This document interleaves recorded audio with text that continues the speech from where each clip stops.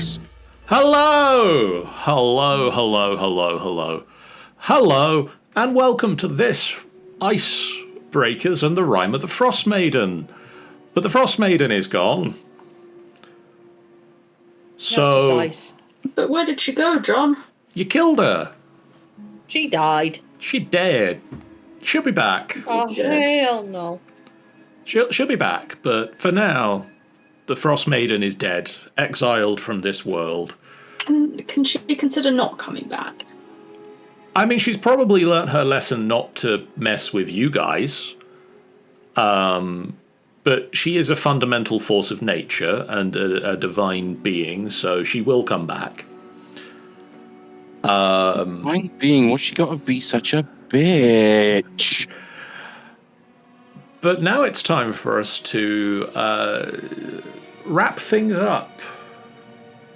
So I've asked all of you what you'd like to see happen over the course of the next rest of your lives, which for some of you is 700 years. Some of you it's less than that. Some of you it might be more than that, depending on how things go. Who knows? Hopefully, John. Nope. Not yet. But we'll see how things He has go. no idea. Doesn't have a fucking clue. We've got 2 sessions of epilogue. This is session 1, in case people were having trouble counting. I've John's tried. pro at counting.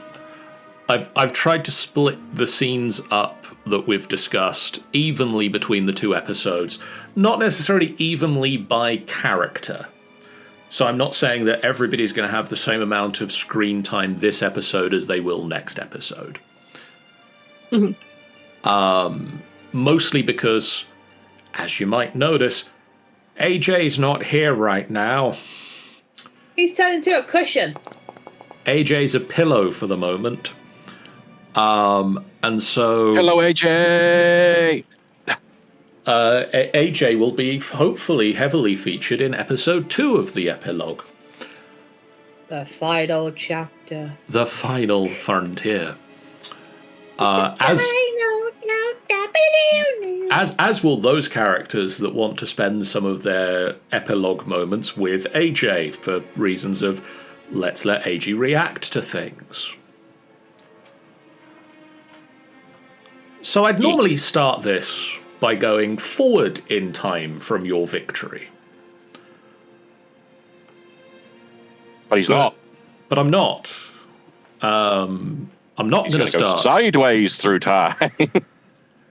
We're gonna reverse a little bit, and we're gonna start off with a scene that took place a few weeks prior to your descent into Ythryn.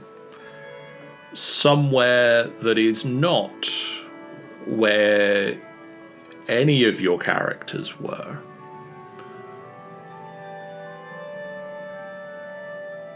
We're going to start in the Feywild.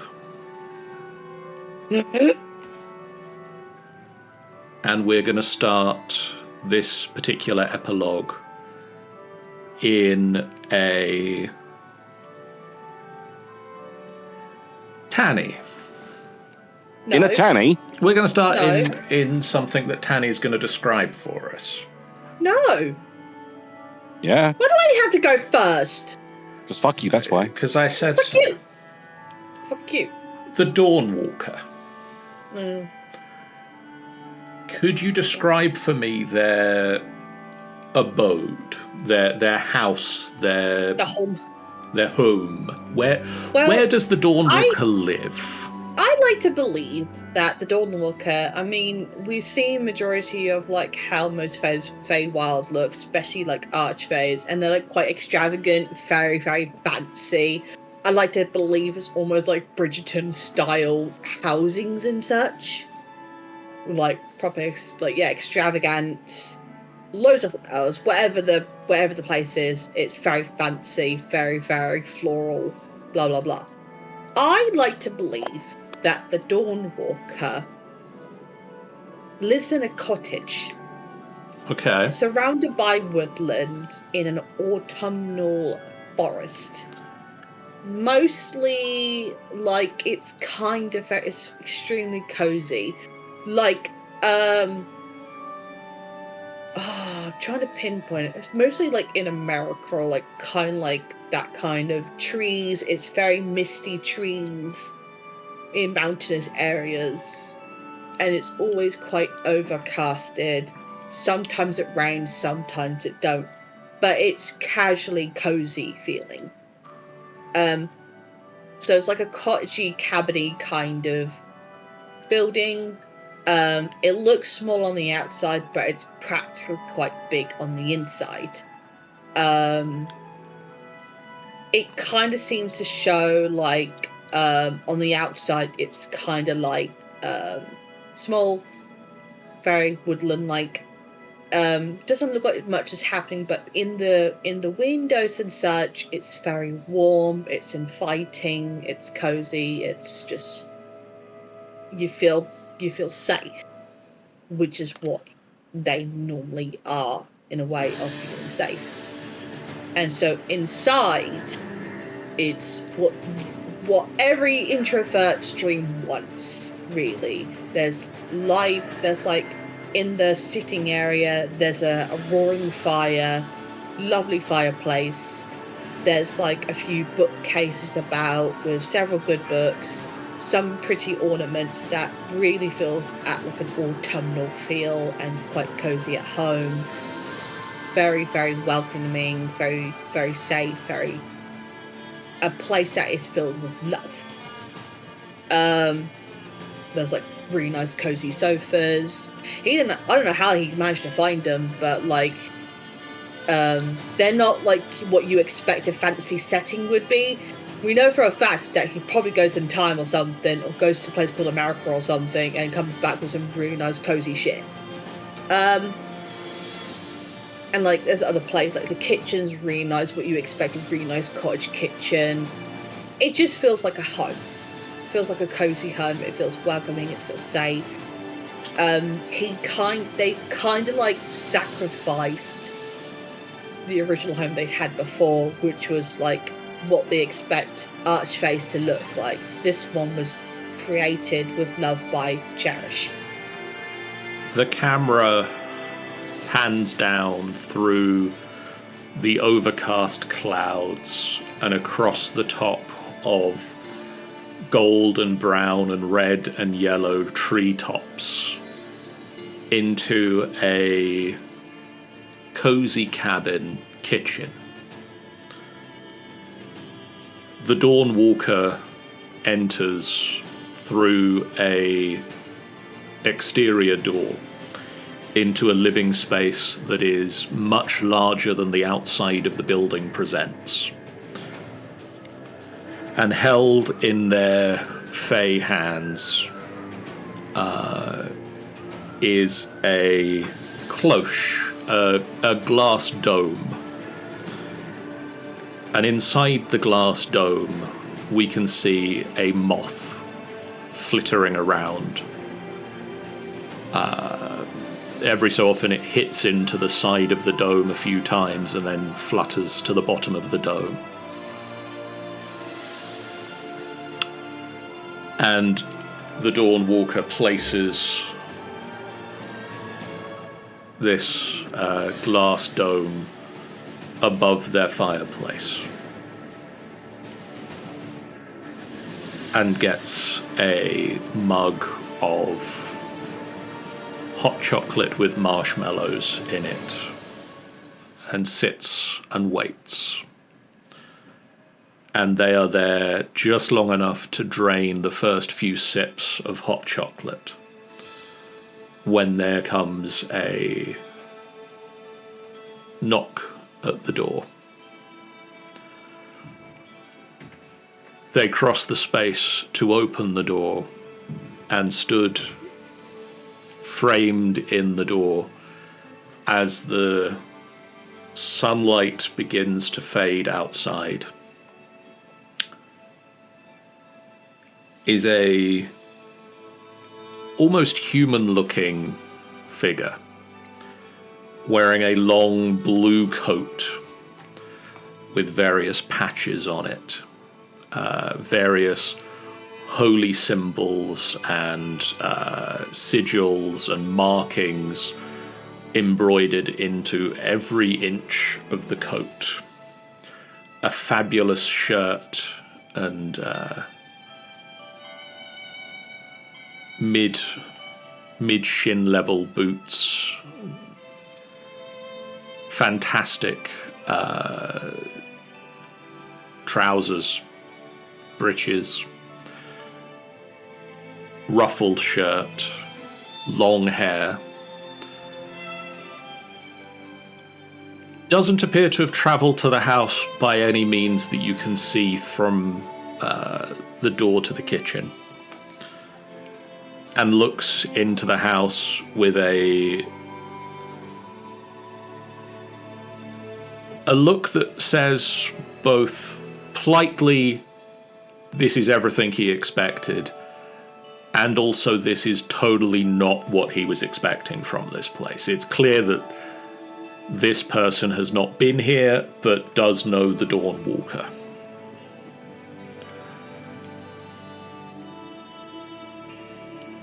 Dawn invites Drake inside. Motherfucker! He's been cheating on you all along. This asshole! Jake is back, guys. And pours Drake a mug of cocoa. Of course you would. Well, I like what you've done with the place, says Drake, clearly never having seen it previously.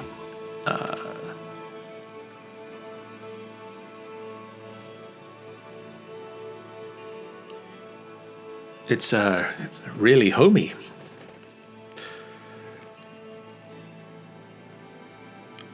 Dawn hands the mug of cocoa over. We don't need to make small talk. You've done what you promised. I have your favor that you asked for. Now I need your word that you will do as you have said. And Drake smiles and looks at the glass dome. For what you've given me, she can get her rewards and no more meddling from me. She won't even know that I've done it. Dawn looks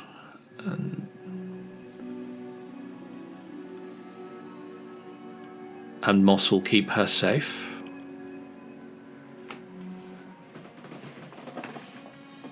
Drake continues his draining the cocoa and smiles. I don't take bets lightly. She will keep your Cherish alive to the best of her abilities. And they will bring back the sun, as I promised. I can tell these things about people. A nudge in the right direction is all she needed. I see good things for that, Moss.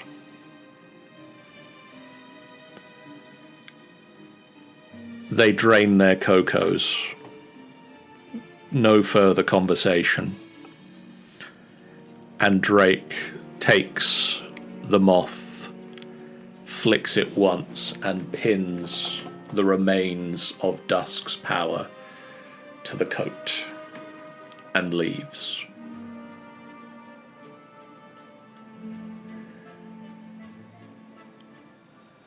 And calls back over his shoulder. Just keep an eye on them both. You'll see I'm true to my word.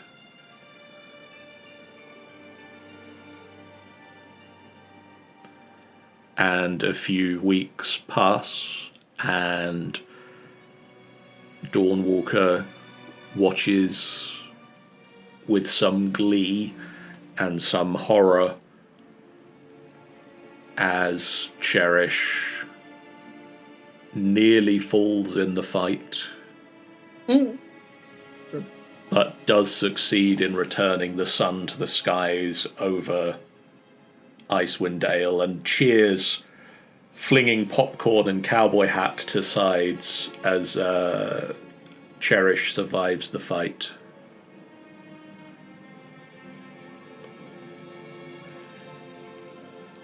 And a few weeks pass.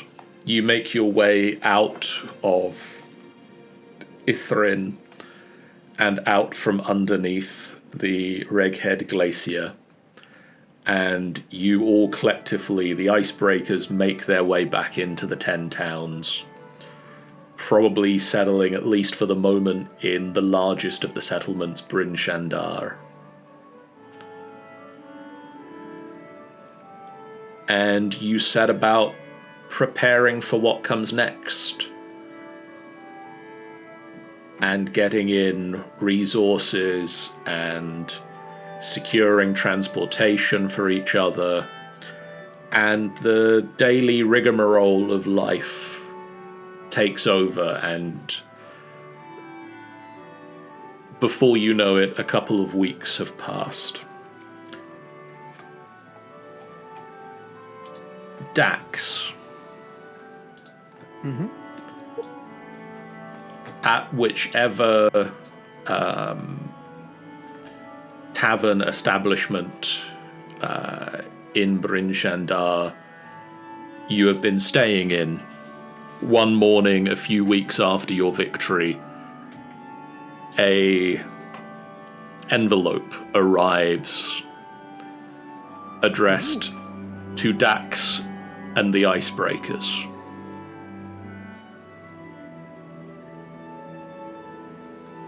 I'll open it.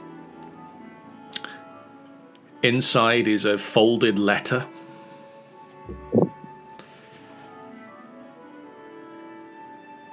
My dear Icebreakers, news of your victory has reached me all the way down in the south. I'm happy to know that you are all still alive, and must congratulate you on finishing the work we began together of returning the sun to Icewind Dale. Who knew that that party of fools would emerge from that mine and end the suffering of the whole of the North? I hear whispers that you've got yourselves set up quite nicely looking after some of the people of the 10 towns up there. To the Avian of Joy, I know your apprehension of the sun's return, but between your dancing and fanfare inspiring all those around you, take solace in your selflessness, and witnessing a few dawns, it is beautiful to witness, if a bit harsh on the eyes. Dax, I can only imagine the trials of leading this group of cats and a peacock through that blasted city and to victory.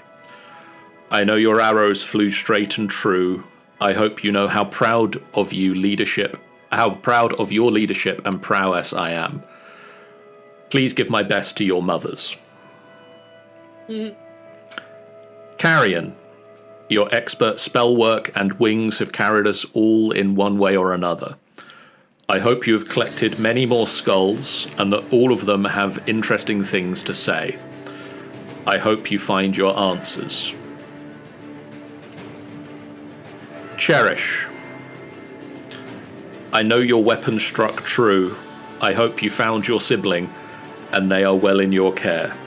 If the worst happened, you have my deepest condolences, and wish your axe bit into those responsible. Give them and your husband my best.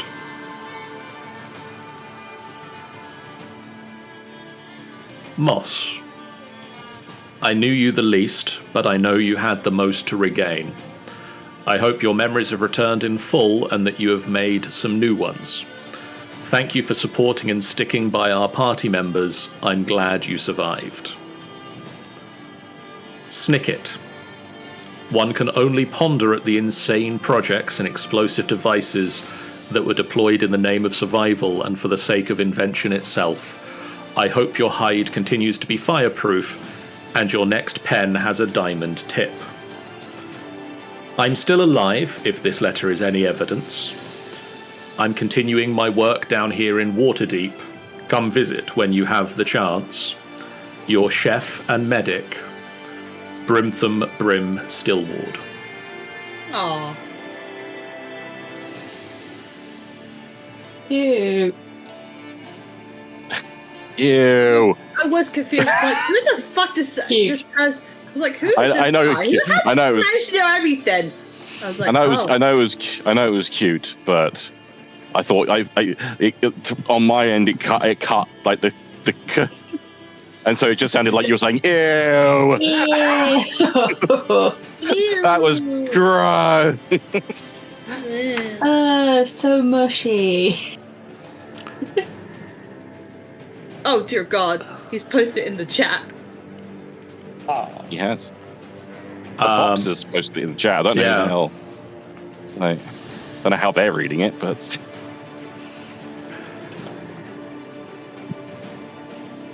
Great Fox.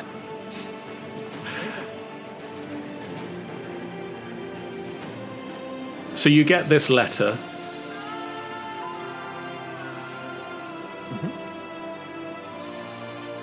I assume you share it with the rest of the team. I did, yes. As soon as I realised it wasn't just for me, I sort of assembled everyone. So everybody hears this letter.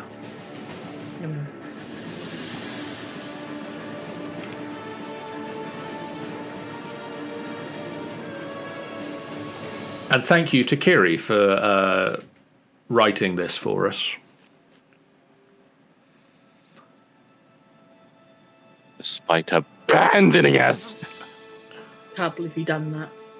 Brim was the best of us, I feel. As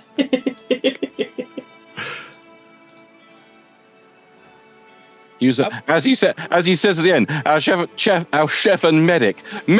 We had no healing gland.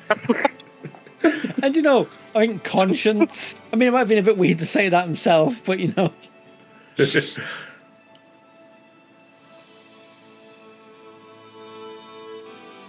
Carrion will.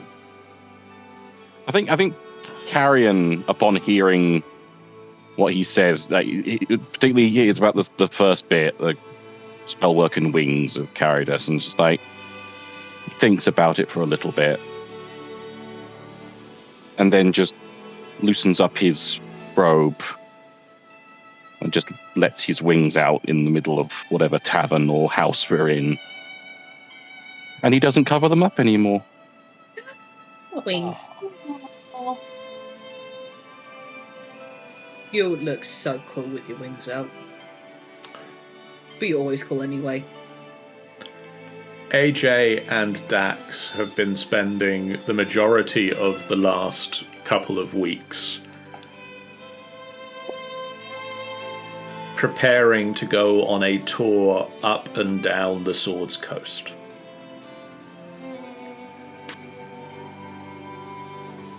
And finally, it is time for them to set off on that tour.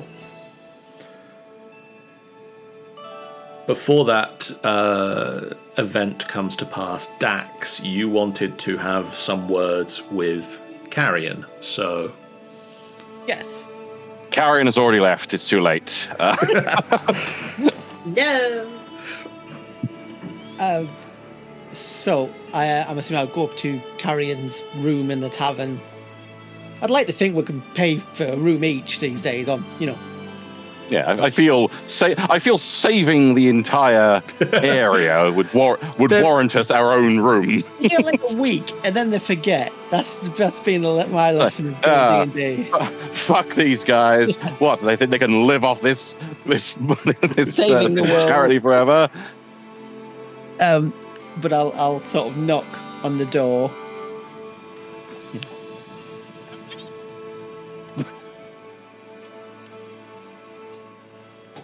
He opens the door. He sees it's Dax. Yeah. He. And Do you want John to come in? What is? yeah, as you can see, like based on some of what Dax is wearing, like he's preparing to leave. You know, like it's he's got all his stuff and like big cloak on and that sort of thing. And he goes, "Yes, I was hoping to talk to you before me and AJ left." Okay. Come in, I guess. Steps aside, lets him in room, closes door. Sort of Moss sit is down. hiding. Moss is hiding in the cupboard. No, she's.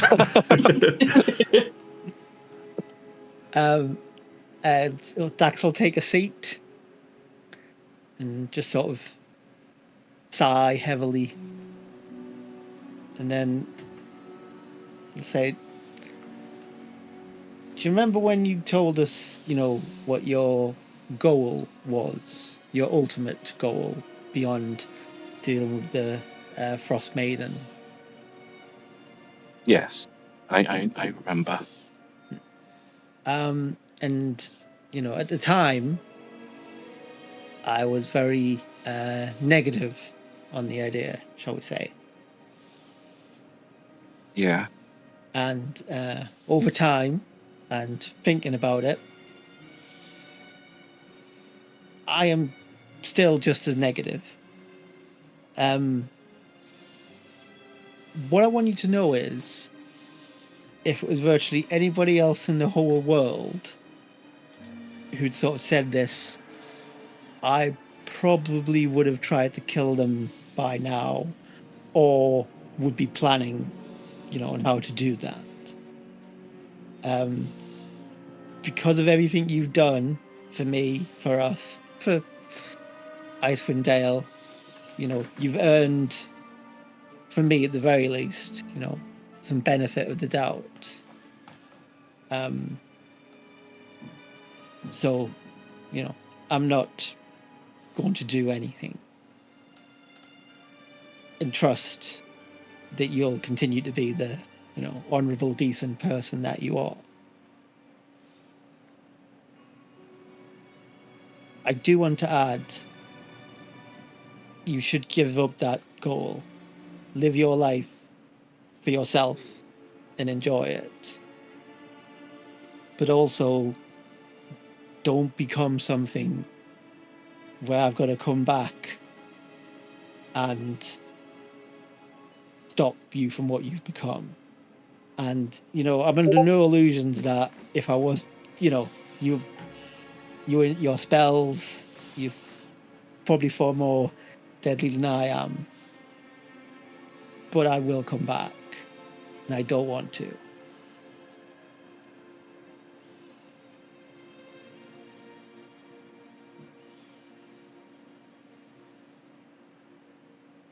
I have no intention of betraying your trust.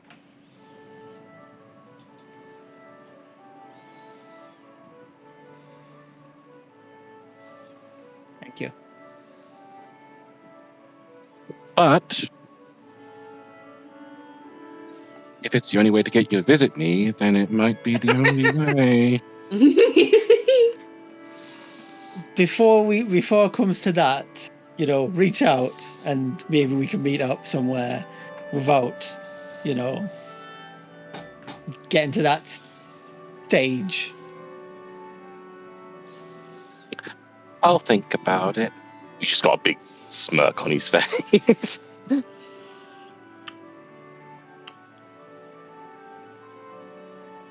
Hey, so Zach stands up. Oh, sorry. No, you carry on. But last thing, so stands up and he's clearly getting ready to leave. He goes, I was going to say one last thing about, make sure you treat Moss with, kindness and respect, but I don't think you need that talk. I know how you two will be together. Yeah. Blush blue. Well, me and AJ will be leaving soon. I'll head down in a second. I just need to. I'll head down and just heads down. Meanwhile, somewhere else in the tavern, Cherish. There's a fight going on. Well, yes, possibly, but Cherish has been preparing because with AJ and Dax heading south, Cherish is going to tag along and be the bodyguard for the tour and make their own way back home and spend a little while traveling with her friends and her siblings.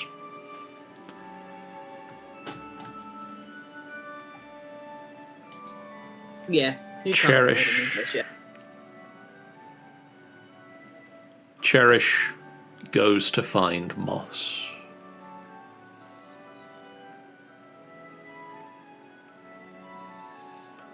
Just as serious a talk as what just occurred with. Which apparently you'll find Moss hiding in the cupboard of Carrion's room. That was a joke. That was a joke. So this serious conversation takes place in the wardrobe in Carrion's room. Why are you in the wardrobe? Comfy and dark. Right. Fair enough. Anyway, no, it doesn't actually happen in the wardrobe. Nah. They're in like their own like rooms, and Cherish goes to Moss anyway. Moss's room. So. Yeah. Knocks on the door.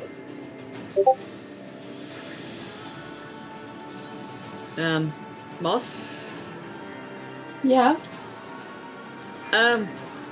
May I come in? Sure. I go in. Cherish is pretty much like almost packed up, like they're ready to go. So I figured I'd quickly talk to you before. While I'm gonna be going with Dax and AJ. I'm gonna be heading back to Neverwinter with my siblings. Nice. But I am not going back on my word of what I said to you guys. That I will do anything to help you guys before I make my decision to go to the Feywild. So I'm gonna give you this, and as Cherish hands you a sending stone. So, if you need me, I'm assuming. Am I going to be assuming that you'll be with Carrion too? Yeah. Well, Yeah. We'll be around. Well, look. If he chooses to continue with the decision of lichdom, call me. Mm-hmm. I'll keep you posted. If you need me to do anything, I am just a call away, and I want to be there for you when it happens. And to other thing as well, which you can probably relay this to Carrion, or I will mention this to Carrion himself. You can... Phylacteries are a thing, as far as I'm concerned about lichdom. They can be safely... I can protect them in the Feywild. Meaning that nobody can destroy them, if anything. Okay. So, and hopefully he will not have to have the issue. If he were to be befallen in the normal realm, he will appear in the Feywild from the phylacteries. I see. Dawnwalker will make sure he'll get to you or to any kind of location in the same time without, having to deal with messed up timing or going forward or backwards. I appreciate it, and I'm sure he'd appreciate hearing that from you too. I'll let him know. You guys mean so much to me, and my only wish is to help you. Before I make my full wish granted to go to the Feywild,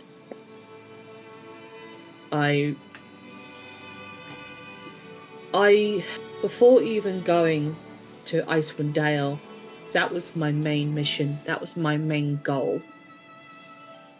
Yeah. Was to fully live my life in the Feywild. I was gonna go do my job as a militia, and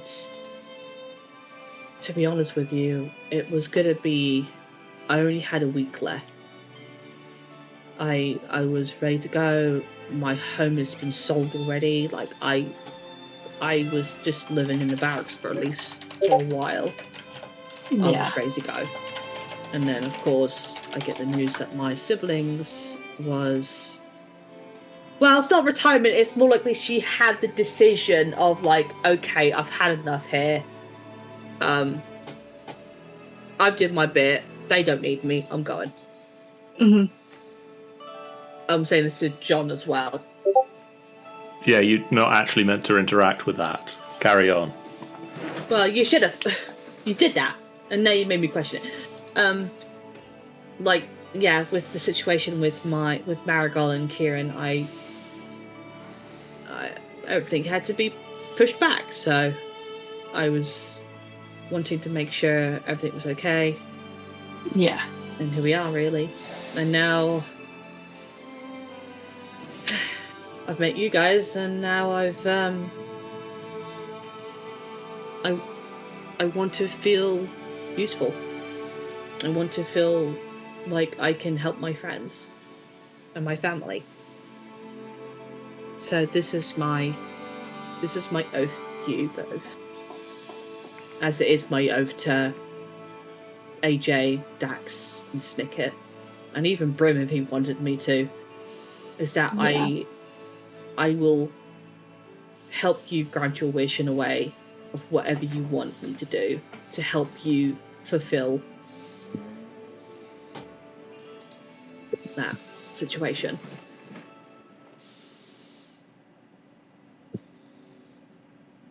So, and while I'm at it, I don't want to forget about this either.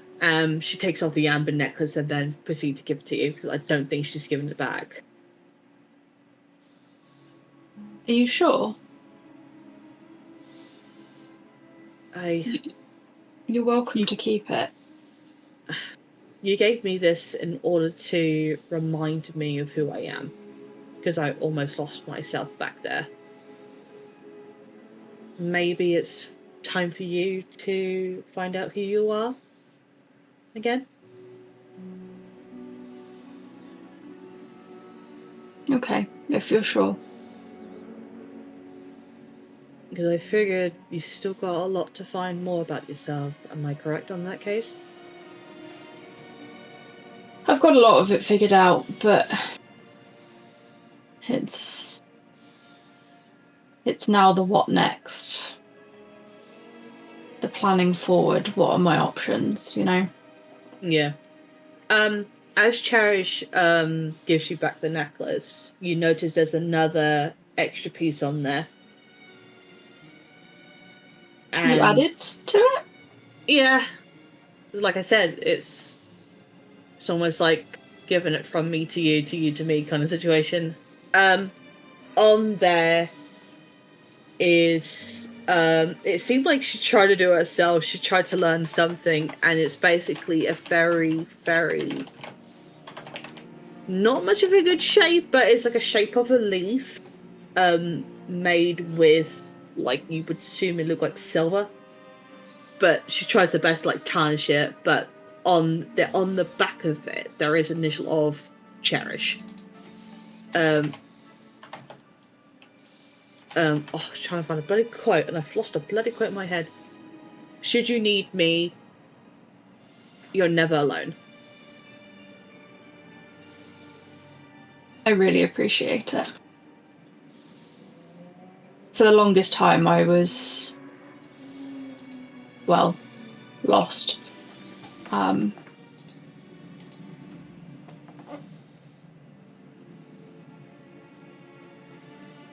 But you guys helped me find my feet and find my own family. She's smart at that. Maybe not the family I would have thought if you'd have asked me at the beginning when I first met you guys. But I wouldn't change it for anything.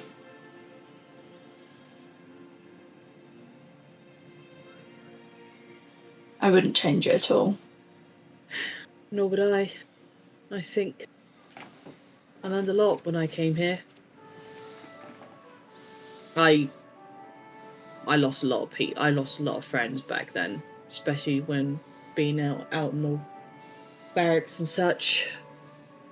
It was difficult to try and gain friendship again without feeling like you're gonna lose them again. But I feel like I'm happy that I didn't lose you guys.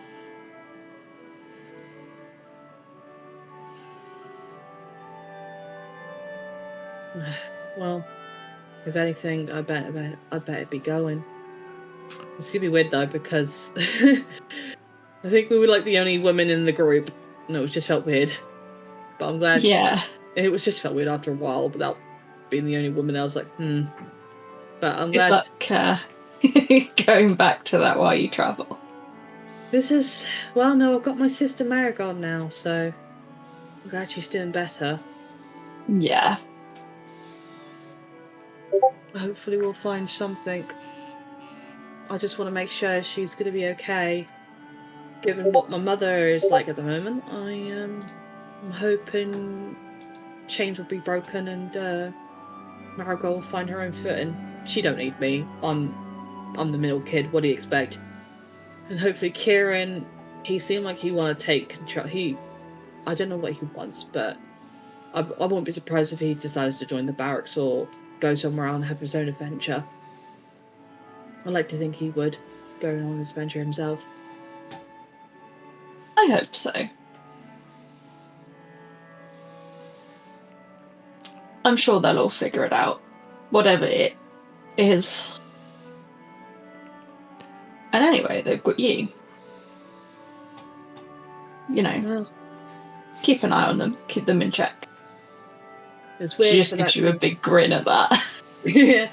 Yeah, and it's weird because normally should be Marigold the one taking care of both of us, but being the middle kid and actually taking care of both of them is an interesting change. Rogue says sequel character confirmed. You know it. Cherish and Dax and AJ and Kieran and Marigold leave the 10 towns. I will also relay the situation to Carrion, by the way, about what I have said.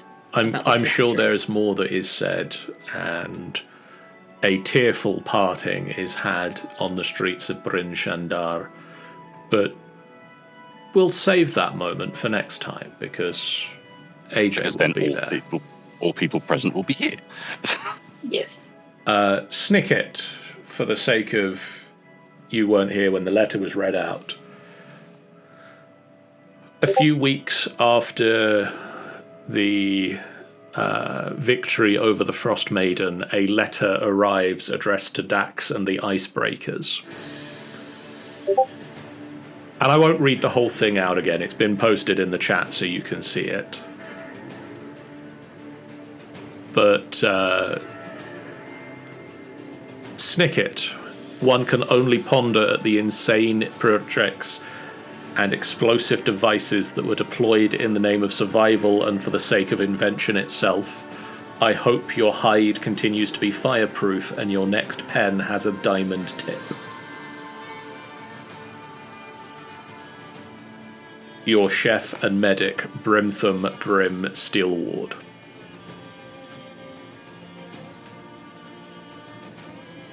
Brim. Rim. If Jeff is saying anything in response to that, we're not hearing it. Ah, Grim, he remembers me. Yeah.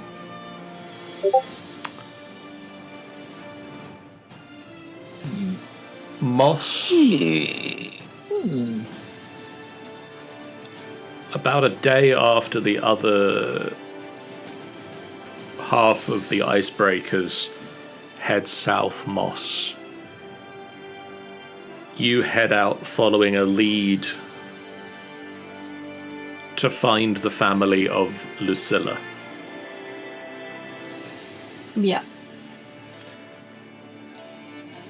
And what is it you wish to say when you find them?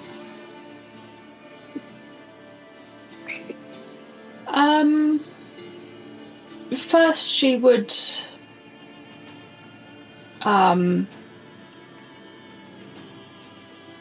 that she's sorry for their loss.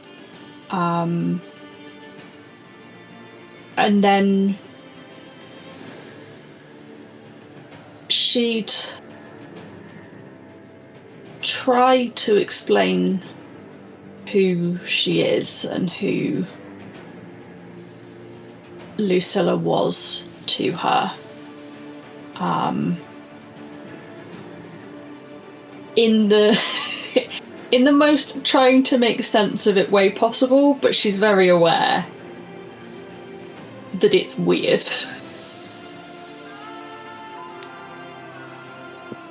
It's one of those things that's kind of, how do you explain that you met someone who, when you didn't even know who you were at that time?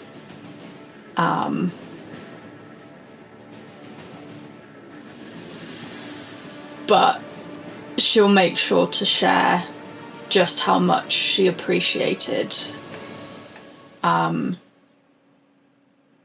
Lucilla for looking after her, and hope that she returned at least some of that to Lucilla.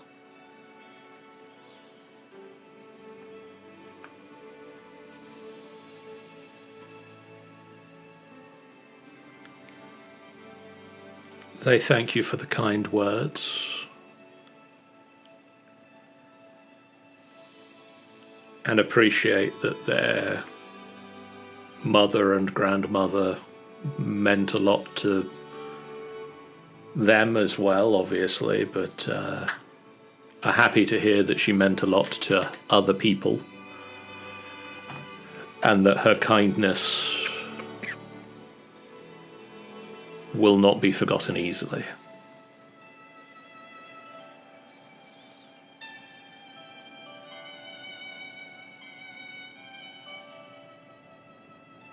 A month passes, and construction work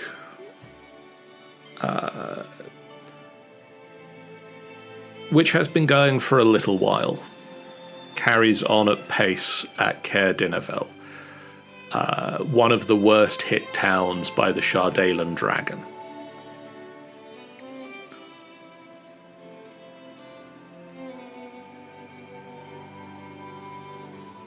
But they have a new seeker now, a new speaker.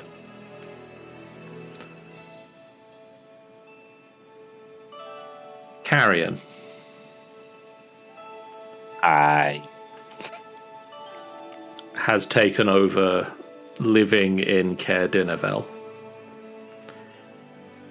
in the castle where you fought Valome and the demon worshippers, and is overseeing the operation to rebuild the town. And using the access that this grants you, you have been guiding excavation and exploration efforts within Ythryn. I have. And in this moment, at this point in time, 1 month after the fall of the Frostmaiden,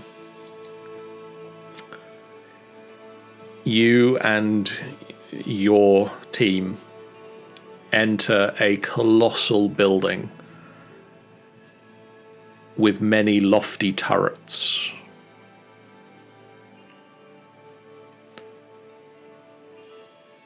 Turrets are lofty. The giant-sized doors at the base of the structure stand slightly ajar as you enter.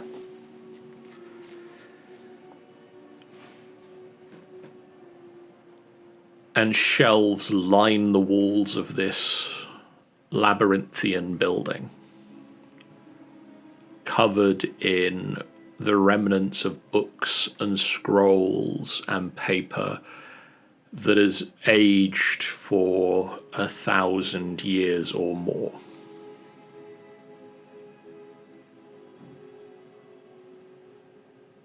Carrion, you've found the library of Ythryn. Oh, yeah. And as you start to take in its impressive collection of aged scrolls and paperwork, you're approached by a bespectacled, jackal-headed humanoid who paces into view carrying a bundle of scrolls in his arms. And following behind him is an eyeless, white, 5-foot-tall penguin in a leather harness, dragging a small cart laden with books. And as he sees you, this jackal-headed figure lets out a joyful gasp and says, "Ah, you must be the librarians. Scrivenscry has need of your assistance." Who? Okay. Scrivenscry. I am Scrivenscry. We have need of your assistance. What with? Well, I have been searching the plains for the books of keeping. I believe one of them is in this library. Perchance, do you know which shelf it might be on?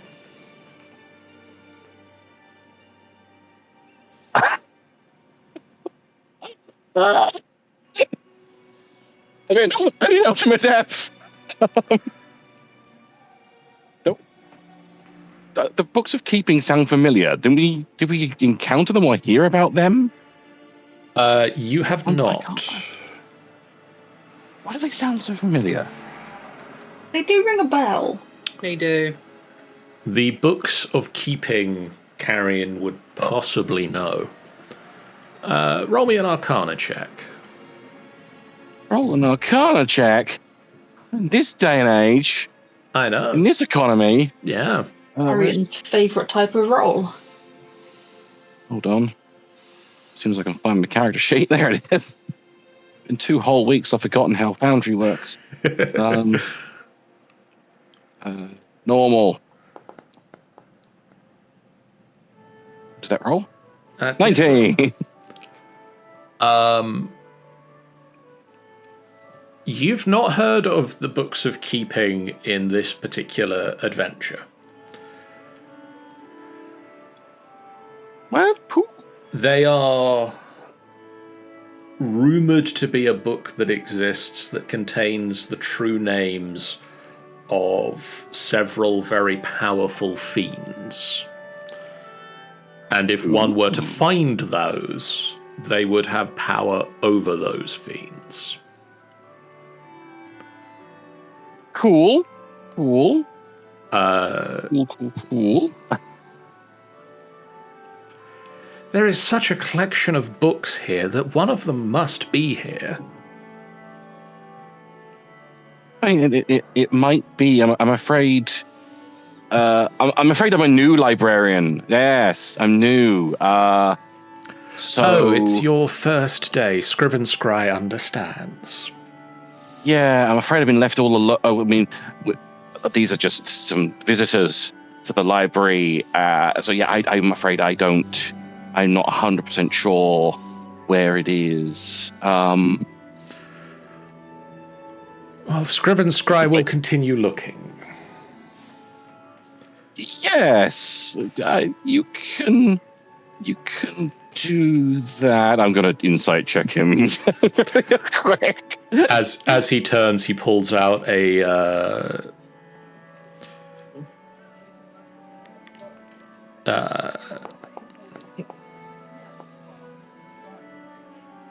Nice. He pulls out a chunk of strip of black licorice and just starts chewing on it from one of the pockets in his robe. Rude. Where's mine? You're not fucking it. Piss off. The penguin Pipes up. I think this is a dumb idea. quietly sort of waddle shuffles past you as you make the insight check, and Scriven Scry's heading off away from you and is not really looking, and the penguin sort of appears to be trying to turn the cart and follow Scriven Scry, and he just drops a square of leather into your hand.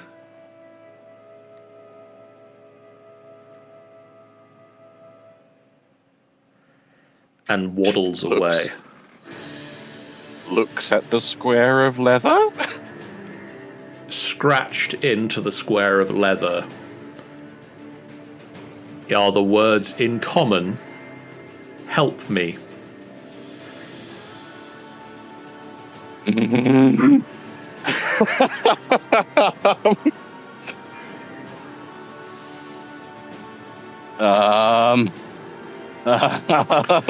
I'm going to see if this button works for anybody that's in the game. No, that button doesn't work. I need to get you this picture. Another bitch. I'm intrigued. Carry on describing your actions while I upload this picture, Sean. My new best friend, the penguin, is in trouble. He needs my help. Protect penguin.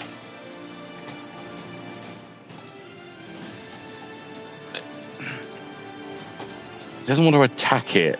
This jackal gentleman, unless it's absolutely necessary. I mean, the penguin might be the bad guy in this. Like, I doubt it. He's a good boy. Look at him.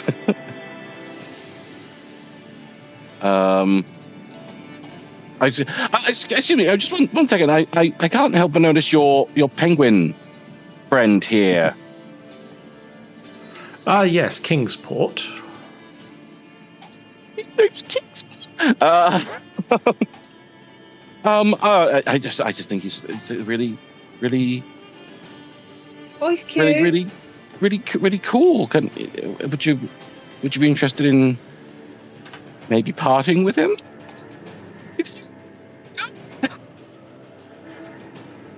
I mean, I suppose he is a rather useless aid. If the price is right, I could potentially pass with him. Do you have arcane knowledge beyond that which I currently have? It depends. What arcane knowledge do you have? Well, and he gestures back to Kingsport's cart. These are the books that I deemed valuable. I'll be taking them with me. Each one is a treatise on the outer planes. If you have something of a similar value, I might be able to part with my reliable manservant, Kingsport. are those books he's taken from this library? Yes, it seems to be what he is saying. I mean, one would argue that you're already taking a large number of books from the library. I feel that that's more than enough payment already for your manservant, surely. He considers this for a moment. I tell you what. I rather like this licorice.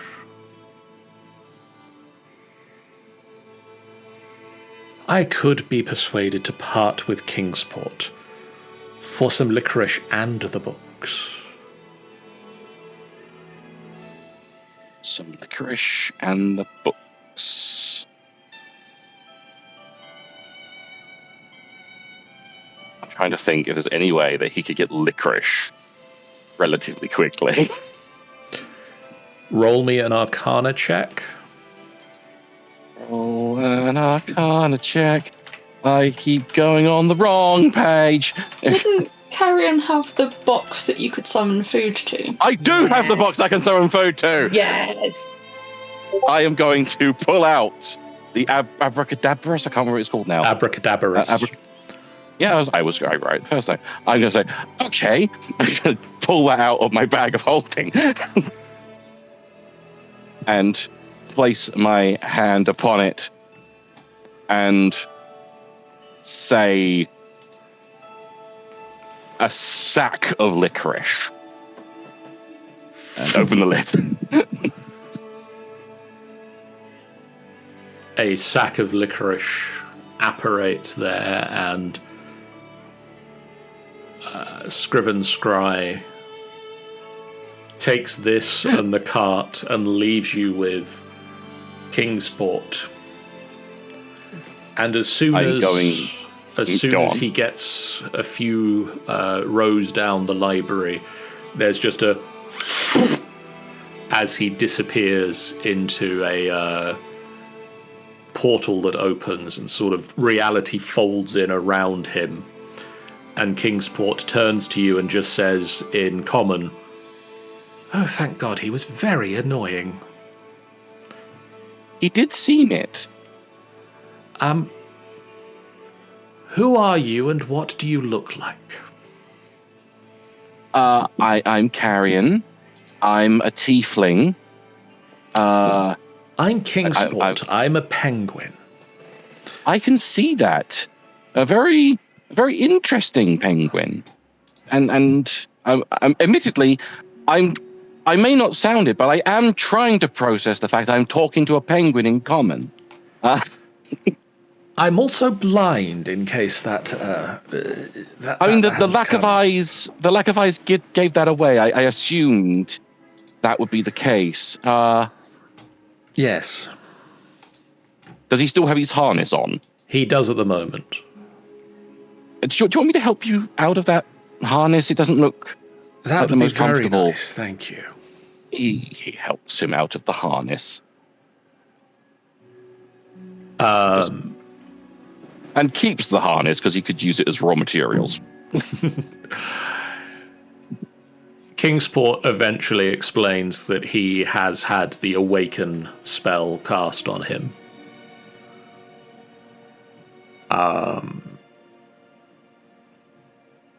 That explains a lot. That he can sense things out to around 30 feet, but not beyond that distance. Well, until we can. I mean, you can help me out. I won't ask you to drag around heavy carts and stuff. Just any information you might be able to give me. I can give you. I can help you get settled somewhere if you want to go anywhere, or if you want to stay with me, that's fine as well. I can. That would be greatly appreciated. It's like new friend. You spend some time exploring the library. Damn straight we do. Could you roll me with my new friend Kingsport? Could you roll me 3 d20s, not at the same time, just one after the other? I mean, I suppose you can roll them all at the same time, but share them. Share No, them separate. you numbers. said one at a time. I mean,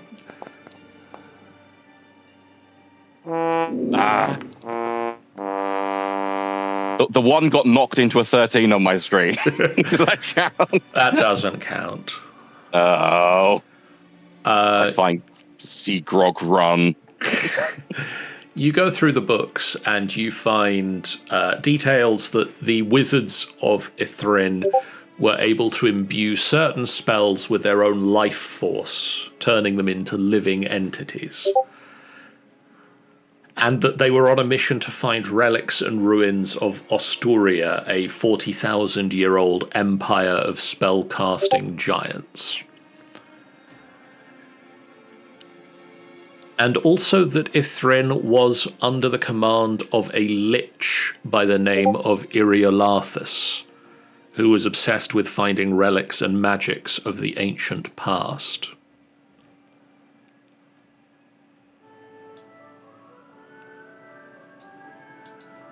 Interesting. You also find... you don't find the Books of Keeping. Pooh. You do find an almanac that lists the past winners of the city's Chain Lightning tournament. I was wondering about that. Reading through the tome, you come to understand the rules of this weird sport that they played in Ythryn thousands of years ago. And you also find a journal written by Thufius, who appears to be a mage who survived the crash. The book describes how the city fell from the sky, how there was a large flash across the city as magic was suddenly dulled in the space, and the magic that held the city in the sky dropped them to the ground.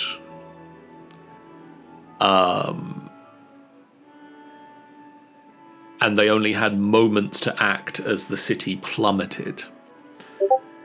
But without their magic, it was...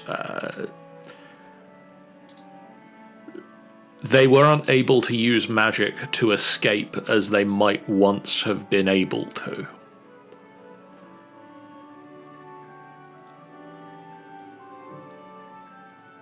So it sucked all around, is what you're saying to me. Those that planned to survive the crash in one way or another, some did, others didn't. Others attempted to use magic in ways such as Iriolathus summoned a demi-plane to escape into. But as the magic was undone in the area, the demi-plane spat him back out. The transmuter transmuted themselves into a large statue that should have survived the fall, but when the time came for the spell to be undone, it didn't. Yeah, we met her. It talks about the doomed survivors' attempts to escape from the crashed city, and how some of them became sick with a strange twisting of the arcana. And you recognize the early steps of the illness that briefly took hold in Cherish and Dax, the arcane blight that nearly claimed some of your party. That's not nice. And the last entry simply reads, Iriolathus is convinced that aid will come in time from Netheril. I am not so sure. I'm going for a walk, I may be sometime. Yeah, pretty much. smoke me a kipper. I'll be back for breakfast. A few weeks later, Moss and Carrion. Yeah. I have tried to split this up as much as possible, but this might be a Moss and Carrion heavy few scenes. Yeah. Should I just go home? Should I just leave then? The best scenes is what you mean, John.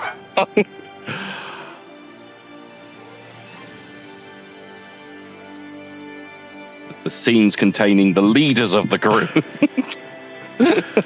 Moss and Carrion. Yeah. A few weeks have passed since you adopted Kingsport. This is look at my son. Pride is not the word I'm looking for. That's my boy. And you explore some more in Ythryn. And eventually you reach an immense dome. Ooh. The crystal roof marred with a web of cracks and a large gaping hole.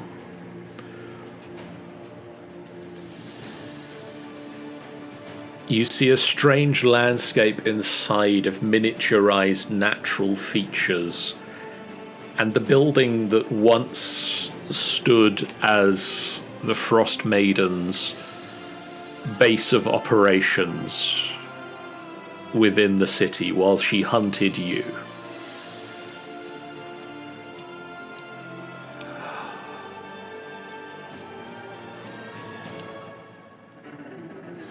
Yeah. The building is now abandoned.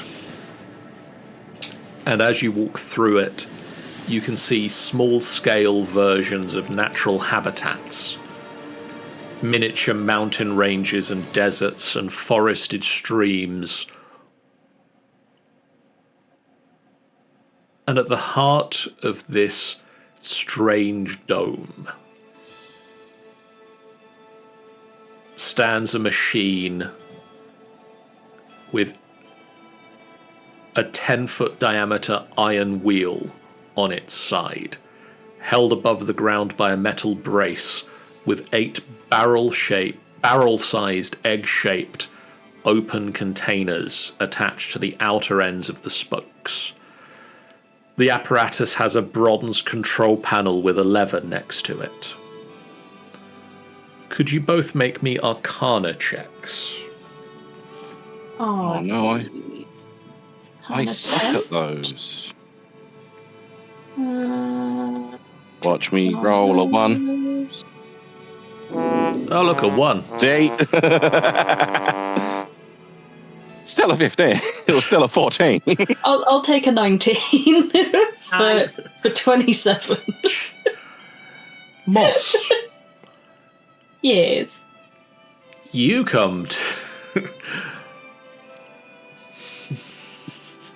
I'm just enjoying the Beauty and the Beast that is currently being sung in the chat. You come to understand this machine before Carrion because Carrion's having an off Carrion's moment.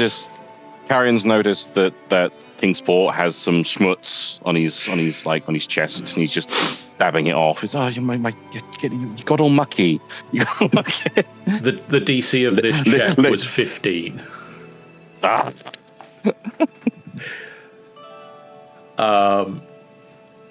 You come to gain a basic understanding of how the machine works, not necessarily knowing what it will do when you operate it. Okay.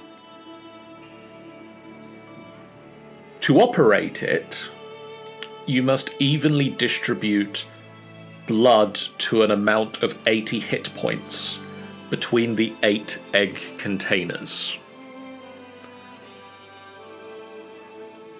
Once you have properly deposited this blood, pulling the lever will cause the wheel to spin. And then something will happen. Yeah.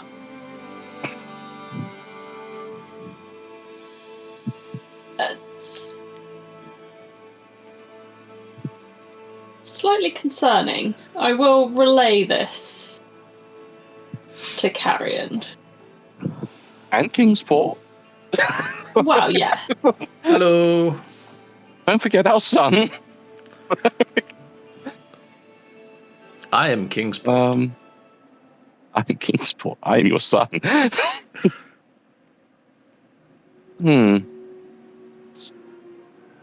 Interesting. I don't carry that amount of blood on me, so I don't think we can really test it right now. But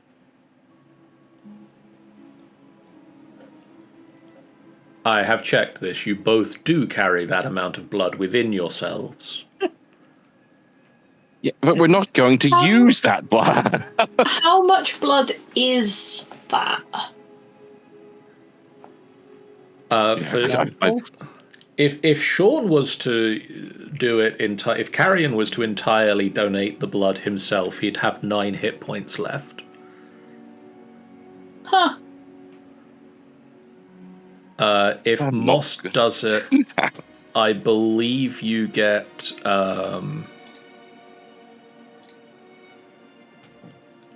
you'd have 18 hit points left.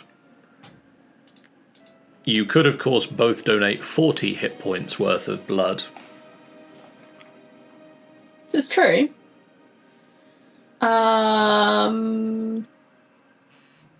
You've got a perfectly good penguin there. Donate the entire penguin.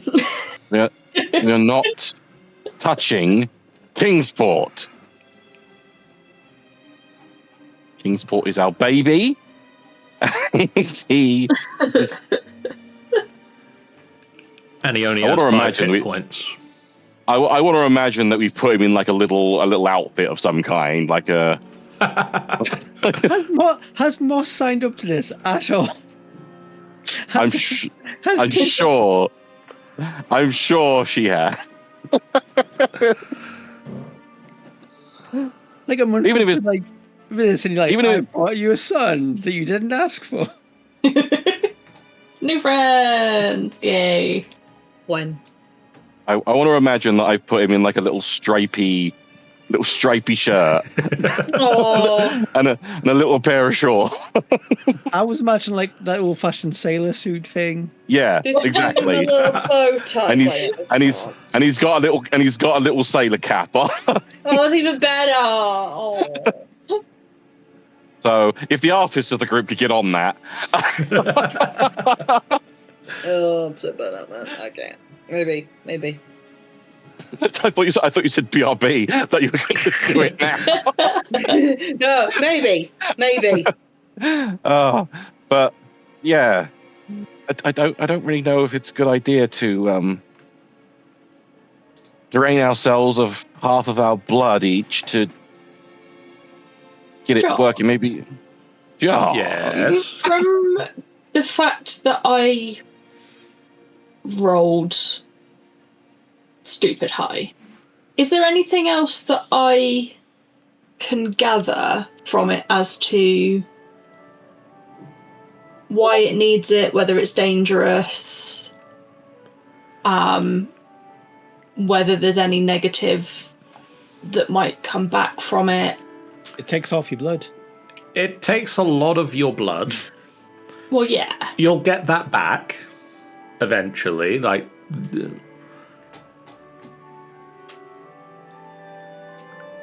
you get the feeling it's got something to do with the small natural biomes that are spread throughout this place. Something to do with the natural world.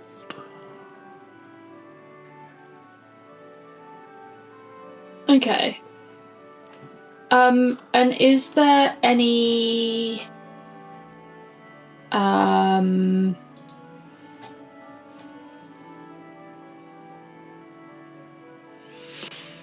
does it have to be our blood? Can we go and You can go and fetch blood. Just has to be blood.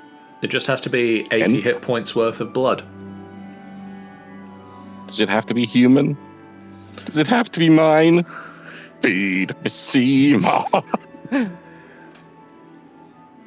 I mean, it's a lot easier to get 80 hit points worth of blood out of someone, say, such as an adventurer, than it would be to get it out of, say, someone like Kingsport who has 5, or the average commoner who has 1 to 2 hit points.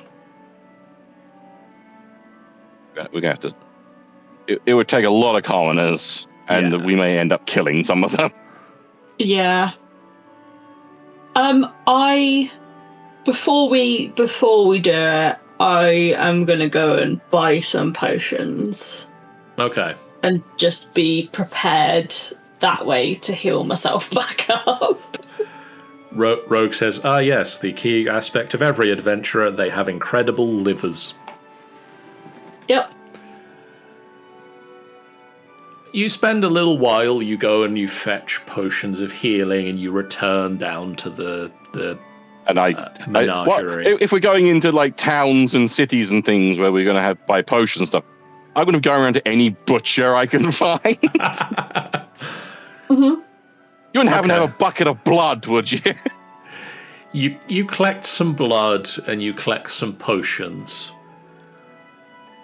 And you travel back to the machine and you distribute the blood between it. And we'll say you take 20 points of damage each. Okay. Just to top up the machine. Snikkit messed around with that machine and we nearly all died.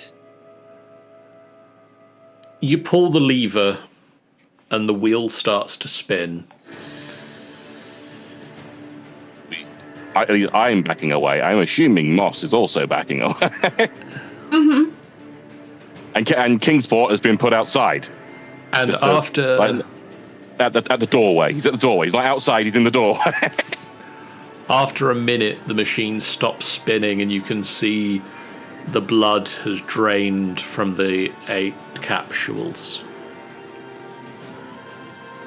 Moss, can you roll me a d6? A d6? I can. A 4. One of the 8 capsules pops open, and there is a meow from inside. Oh! And an Meow, antenna. you say? An antenna pops out, and then a second antenna, and then a pair of cat ears and a cat face. Oh dear. And a cat bounds out of the machine with a pair of antennae twisting on its head. You have a cat that has blind sight and tremor sense. I'm going to put my hand down to it. To greet it. He's doing the same. It runs up and it sniffs your hands and licks them and rubs its face and like shoulders up against you as a cat greets its owner. And then proceeds to like claw at you like, how dare you? Yeah, you know, it's a cat. Hi, kitty. Meow.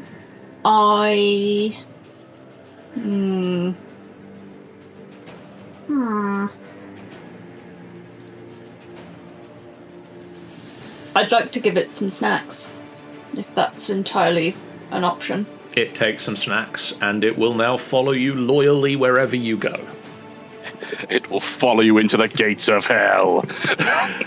Moss is just gonna turn her head and look at it and go, have you got a name? Like, completely in common. Just like, I don't know whether it's gonna respond or not, but like, have you got a name? Like, I like the idea that Moss's... But hell, our other son does. I like to think that in Moss's brain right now is, you're my friend now. We're having soft tacos later. Yes. Meow. Meow. I'm going. Does it respond, John? It responds in cat. Oh. We'll have to find a druid to awaken it. I know a certain multicolored hair druid. I could talk to it if I was there. You forget so quickly.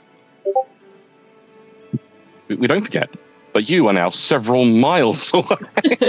We don't forget that you are not here.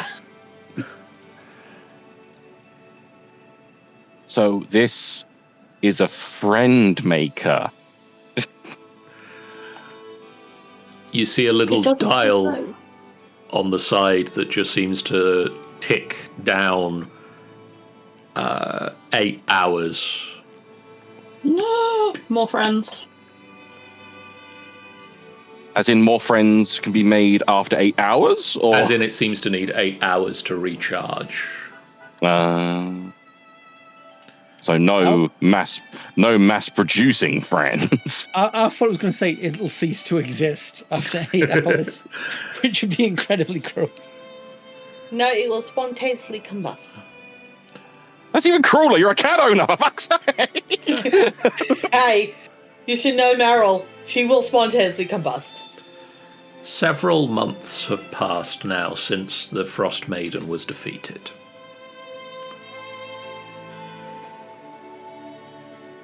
And you've been going about your lives with Kingsport and New Cat. And cat's name to be determined. And living in the castle at Caer-Dinevel.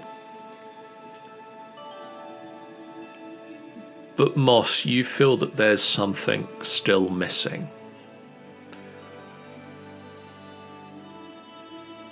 One night, several months after the defeat of the Frostmaiden, you have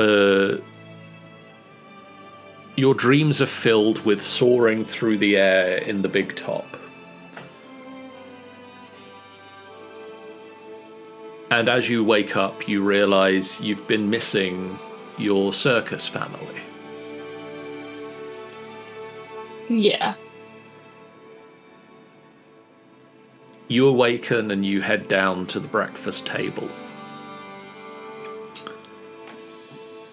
And on the breakfast table, besides breakfast, you find a pair of golden circus tickets and a scroll.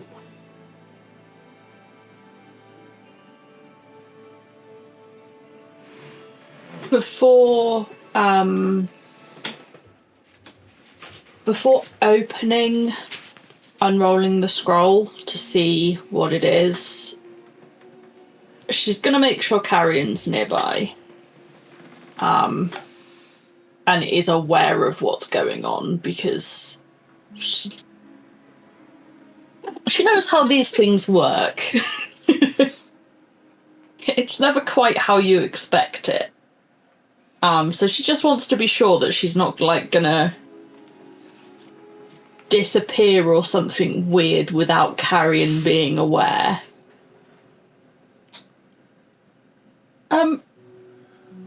Carrion, this arrived. There's tickets to my old circus. Oh, okay. Is that good or? I mean, it is good. It is good, but yeah, it's a bit unexpected. Yeah.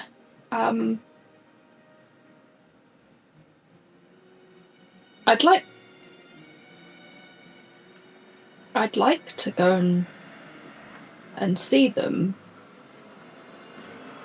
Would that be okay? Of There's course. 2 tickets, so you could come too. Have to find a babysitter for Kingsport and Persephone. That's the name now. Nice. Yeah, I'm good with it. Persephone!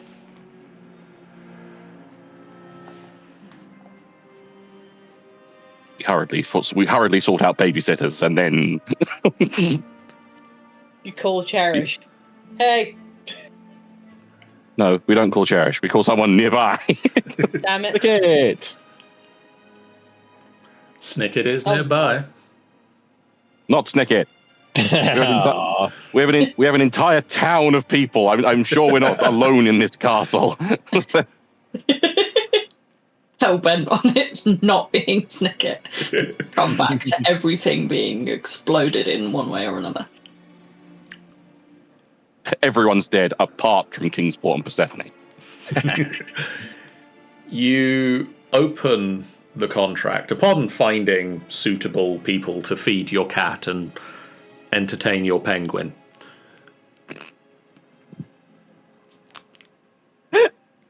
Yeah. Sorry, there's just such a stupid sentence. Not a sentence you thought you were going to say today, John? Not a sentence I knew would ever come up, but you know. But that's D&D. Rogue says you introduced this penguin. Kingsport now has a bionic eye and jump jets. Nice. You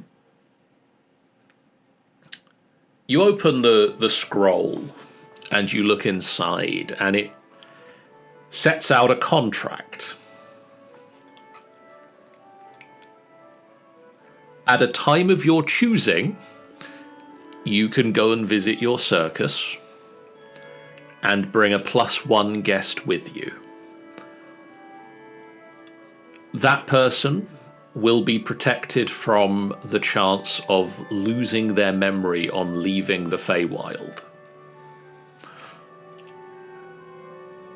In exchange for this service, you have to perform in the circus for 1 week.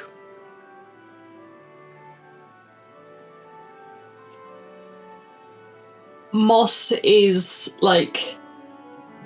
She started reading it to Carrion. She has been working on reading over this time, by the way. But just kind of gets distracted partway through, and so she sort of just drops off a bit, and she's like, they want me to work for a week, and you'd be just scanning it backwards and forwards with her finger. If you came too, you'd be protected. See, look here, and just turns it round and like holds it out at arm's length in front of Carrion.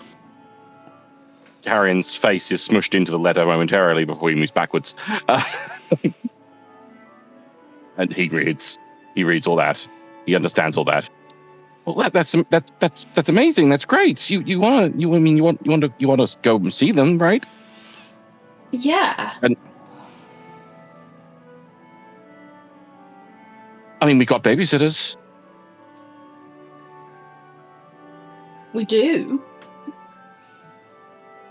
I don't know what will happen time-wise, because that does weird stuff too. But that's okay, right? I mean, as long as as long as I tell those here that I might be some time. But yeah, 1 moment. Runs out. I'm assuming I'd have a subordinate in this. I would assume that in the running of this. Like a number of subordinates. I inform them that I have to make a trip to the Feywild. Time with the Feywild, it gets a bit weird, so I may be a little while. But I will get be the back. feeling that your direct subordinate, like the deputy speaker, slightly is also like Kingsport is now working in slightly that role. Not officially, but the subordinate is like begrudgingly accepting Kingsport's assistance with organizational matters. Yes, 100%. Please tell me he wears a tie when he's in that role. Yeah, he has his business suit. Yeah. For business time. I'm assuming we got like a dozen outfits for him at this point. Mm-hmm. All for different occasions. You sign the scroll, and it folds itself in and disappears, and with a pop, You both tumble through space and find yourselves at the circus. I require candy floss. Mm-hmm. Yeah. You get candy floss, and Moss gets to perform in the circus and speak. Carrion is in the audience every single performance, cheering like an overly enthusiastic dad. Speak with friends that you don't often get to speak to because they're in the Feywild. And spend some time with people that you knew growing up.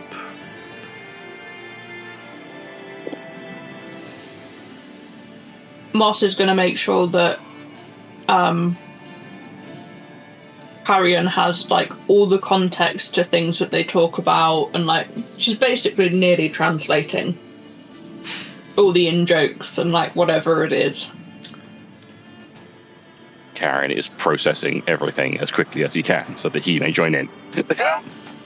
And you're performing in a place where at the moment the circus is set up, where the grass is blue and the waterfalls flow upwards.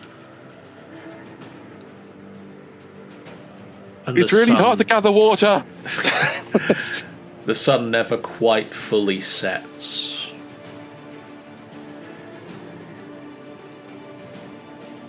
But a week passes, and you get ready to return to the prime material plane. Carrion crosses his fingers that it's not been a long time. Could you both roll me a d20 and I will take the lowest? A D20. Very decisive 8 on my screen. A 16. Okay. So multiples of 8. Apparently. I will take the 8. Which means the week that you have spent in the Feywild has been a week in the prime material plane. Convenient. The 16 would have been 7 weeks. Thank fuck.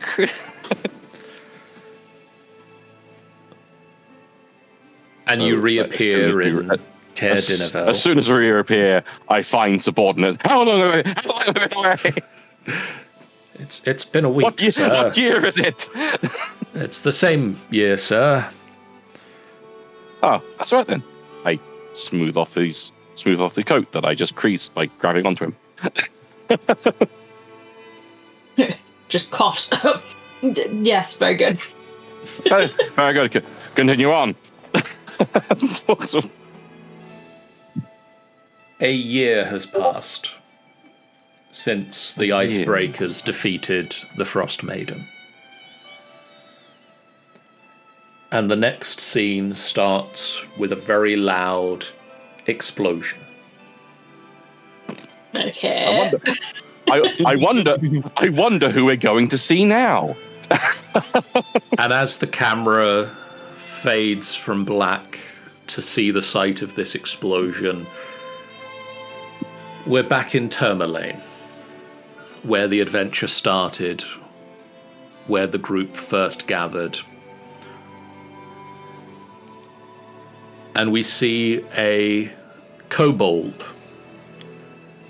smoke rising from one side of its draconic scales, a large lab coat draped over its shoulders, picks itself up from the remnants of the table that it is now flown back through, and runs back over to perch on the shoulders of the kobold that it had previously been perching on the shoulders of, and draws the lab coat around both of them.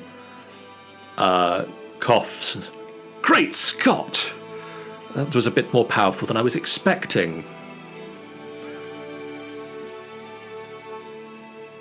Snikkit just like looks so good. No. You want to use more of the sulfates, more of the stuff that makes it go boom. You can't make a good cup of coffee with just that. You need more. Oh, right, ho, sir. We'll get on that. And the two kobolds in lab coat set about starting to make the coffee again. Snikkit just like leans back with satisfaction. He probably looks around the walls and just see like paintings and drawings and sketches of various members of the party at various points in their journey. I'm beginning to wish I'd used the iconography device from Discord. You know, the little camera with the imp inside it. But, I think as Snikkit's over the years, Snikkit's been trying several things. Some of them have perhaps not gone so well. Some of them have only made small explosions. But recently he made a groundbreaking discovery that completely changes his worldview and completely revolutionizes his life. He's discovered that you can put a pen together with paper and write on it. Good God. It took a long night in the lab for him to come up with that one. It did, yes. And he's immediately gone to work, and he's designing and developing the interactive personal annotation device. We'll give you a minute on that. No, I get it. We're going to get sued. What do you mean it's the interactive personal annotation device? Another kobold comes in and just munches on a green fruit from the south. Yeah, he's wearing a black turtleneck and glasses. Snikkit, they were out of the blackberries that you liked at the store. But what about raspberries? Let's have some pie. Well, I could get you some oranges. Aren't they quite expensive though? Well, I hear they're the future. You know, the future is bright. There's an old one for you.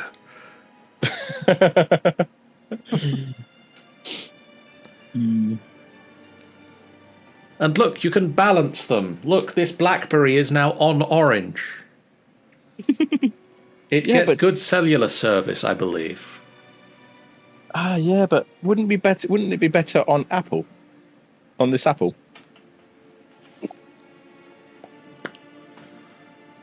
Oh no, they're not compatible. They don't work together. They don't work together, no. Well, okay. Back to the drawing board. I'm sure I can find a way to make them work together. While this conversation goes on, there's another kobold playing on his Xbox.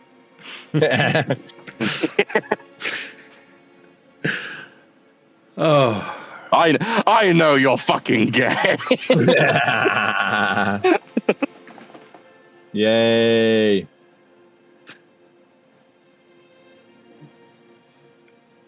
And yes, that's Xbox. Yep. Yeah. £3.60. Well, 3 gold pieces, 60 should be. Yeah. I think Snikkit is quite happy. And Snikkit is back where it all started. Yeah.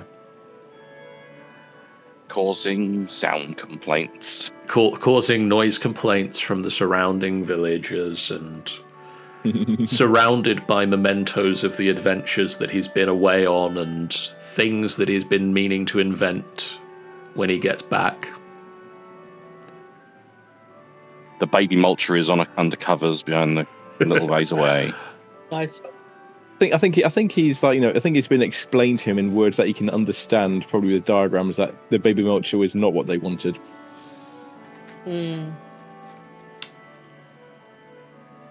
A little, much too disappointed. A little while later. What they want is a new upgraded model, the baby mulcher 4000. Exactly. A little while later. Moss has finally convinced Carrion that it is time to go and visit Mumsy. Okay. And so you travel south together to a Subordinate swamp? doesn't have to look up. Yeah, it's the tower that Mumsy lives in is a swamp, and it's quite deep in the swamp, but yeah, And still traversable. But yeah. you both arrive at the large tower.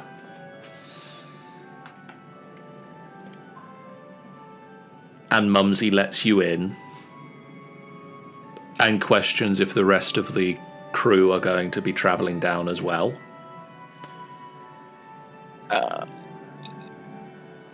No.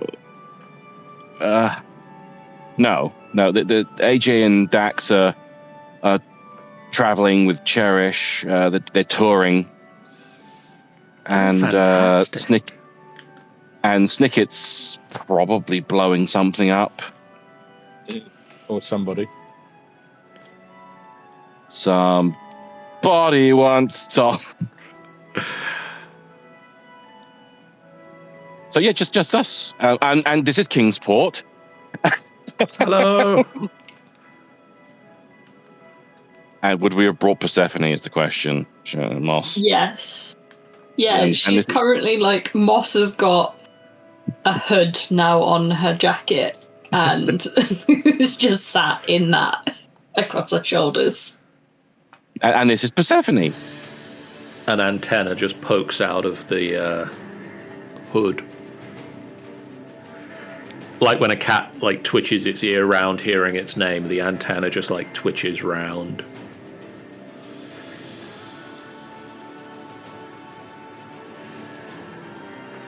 Yeah. Carrion, Yes. the most important question for this scene. Yeah. Has Carrion told Mumsy? I feel there's been so many other things to tell. Obviously, the first thing he told as soon as they got out of the glacier was to message her to say, "No longer need a new eye. Got me old one back." And I think just all of his check-ins have just been things like the whole taking over for Care Dinavel and excavating and exploring and stuff with Ythryn. As I said, I don't think he has. I think not that he's not meant to. He's just slipped his mind of everything else he's had to say.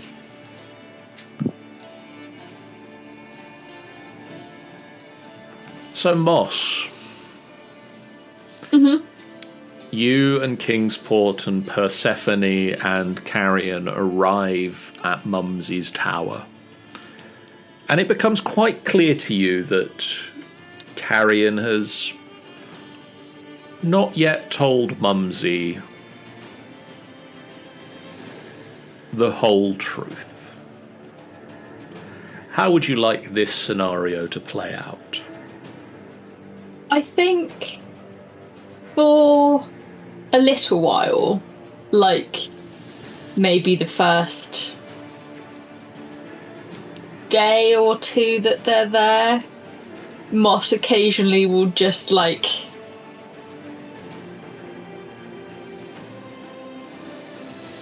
try as subtly as possible to nudge Carrion into saying,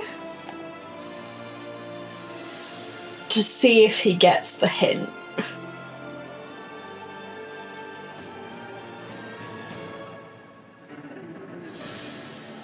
Carrion will probably be oblivious because he is not. This is all very new to him. In which case, if nothing's been said by the start of the next day,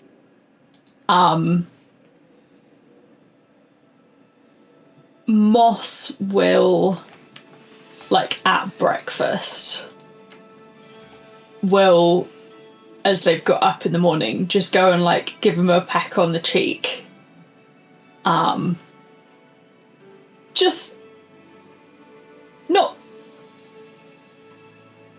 kind of just really nonchalantly, like, yeah, just that's like nothing big, Morning. nothing of it. Morning.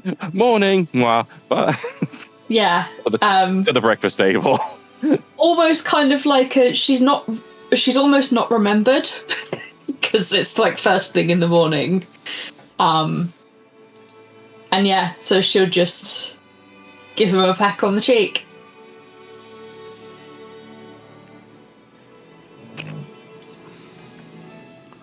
I feel. Go on. Assuming that Mumsy would be within viewing distance of that.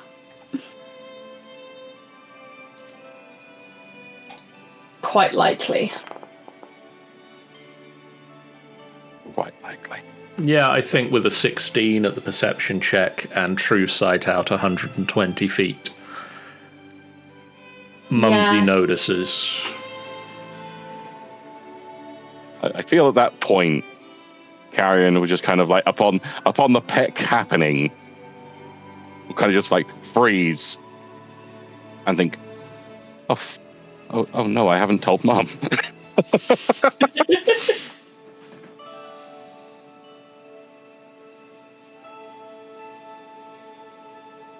Ma!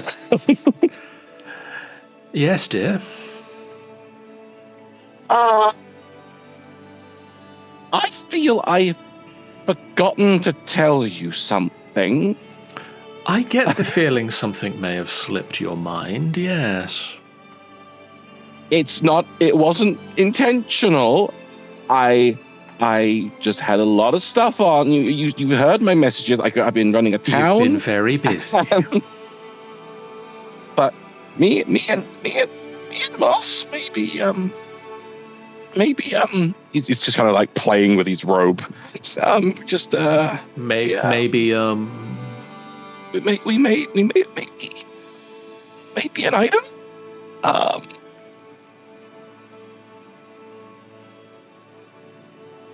Congratulations, dear. He's like the bluest he's ever been. Moss is just going to look at Carrion and chuckle at just how blue he is. He does seem very happy with you.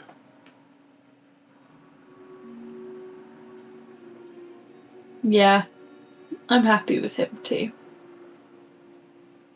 And then she'll just go and like nudge him on the shoulder and goes, and he's just so adorable. He gets so embarrassed. He always has.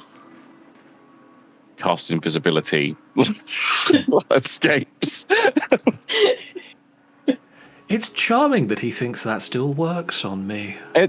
He's fully aware it doesn't, but he knows it works on Mars. Actually, it also doesn't work on Persephone. Persephone just crawls up him.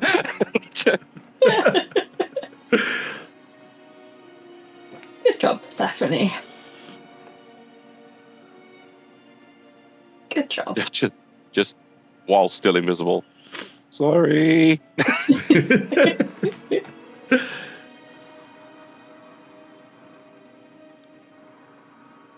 And for tonight's epilogue, there is one final scene. Many years later. Of everyone else. No. Many years later.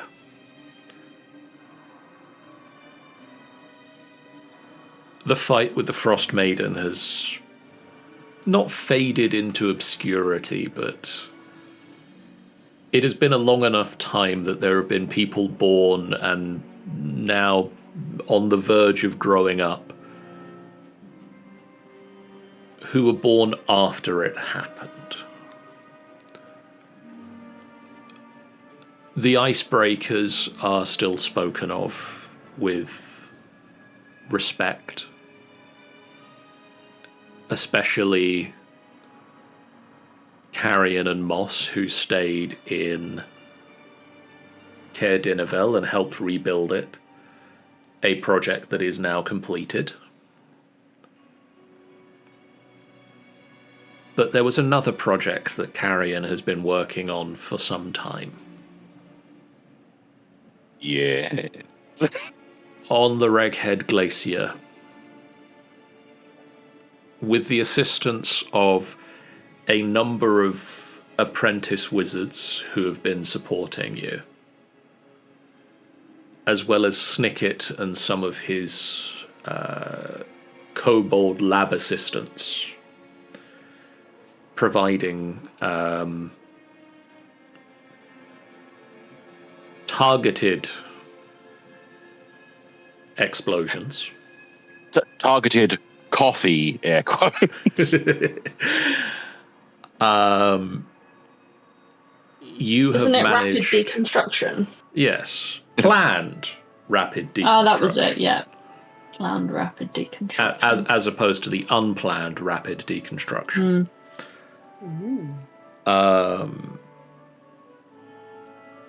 You have managed to carve a section of glacier away such that the center of Ythryn, a few city blocks, not the entire town, but a few blocks in the middle of the town, are now exposed to the elements.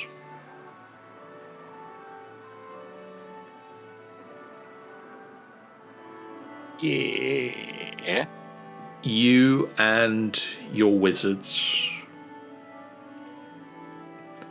have set the day for it,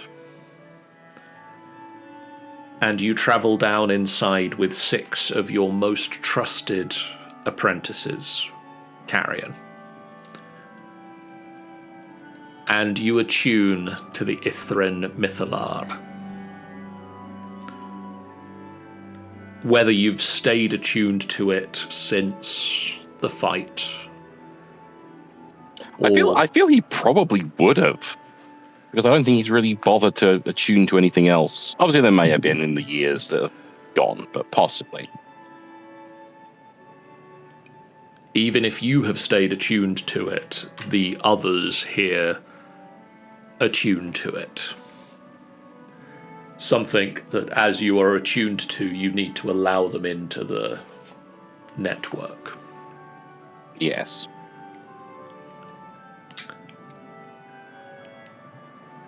And you exert your arcane influence into the Mythalar.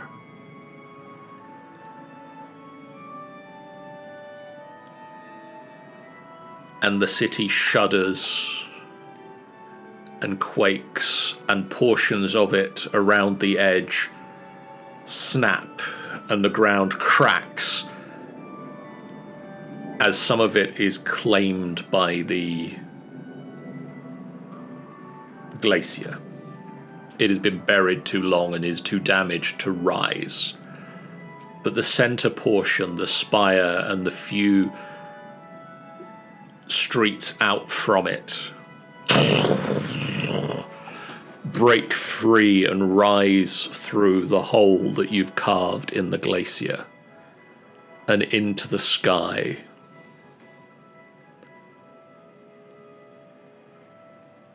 And Carrion and Moss and your apprentices and Persephone and Kingsport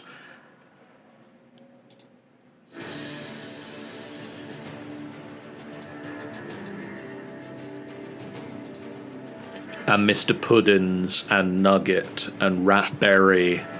Oh my god. Yeah. Really? And the Fox Mo. and the Chewinga and Mo.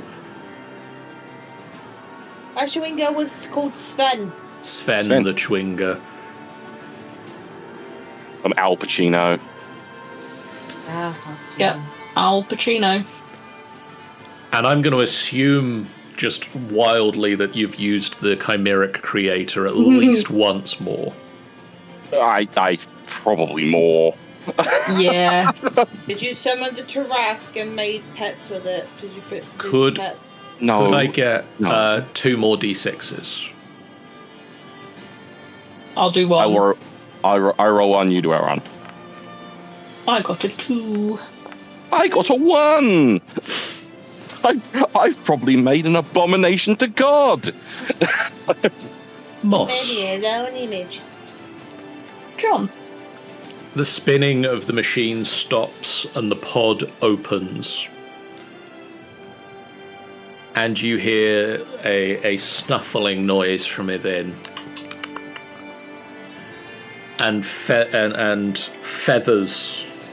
feathered wings emerge from the pod first, followed by a pair of bunny ears. Ah! And you have a hare with wings and a flight speed of 30 feet. Nice. So cool. Carrion. Yes? In a moment resembling the old classic play, oh god, what's it called?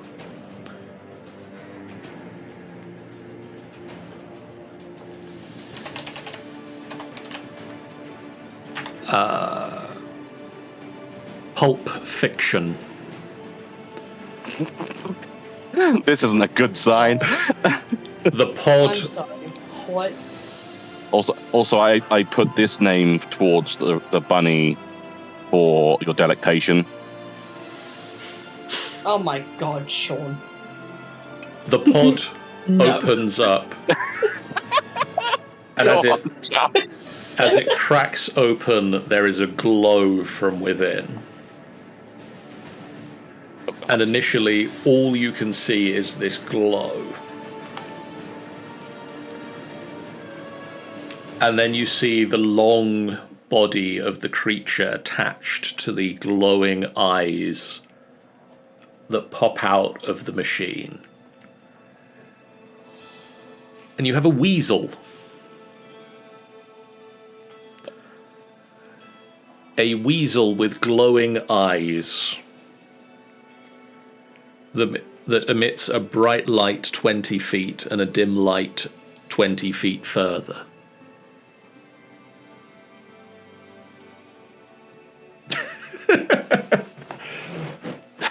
Okay. You have a glowing weasel, Sean. I got a glowing weasel. Think of a name for him too now. I just think Yeah. of that Cartoon Network going, I'm Weasel. And all In honor of that, No. I shall call him IR Baboon. Yay! And you all have a floating town center base. For more adventures. That you can take on adventures and entertain people with the menagerie of creatures, both mundane and magical, that travel with you and the circus performer.